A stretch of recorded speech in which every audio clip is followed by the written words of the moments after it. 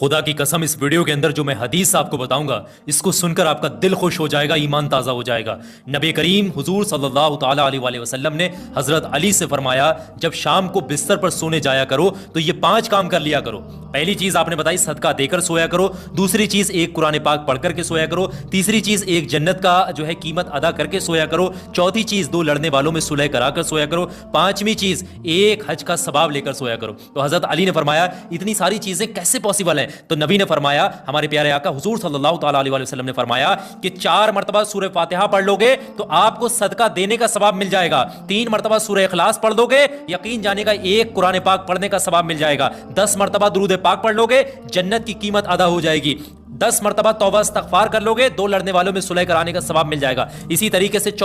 تیسرے کلمے کو 4 بار پڑھ لو گے تو آپ کو ایک حج کرنے کا ثواب مل جائے گا۔ یہ بہت خوبصورت حدیث ہے، اس کو آگے شیئر کریے گا، زندگی بدل جائے گی ان چیزوں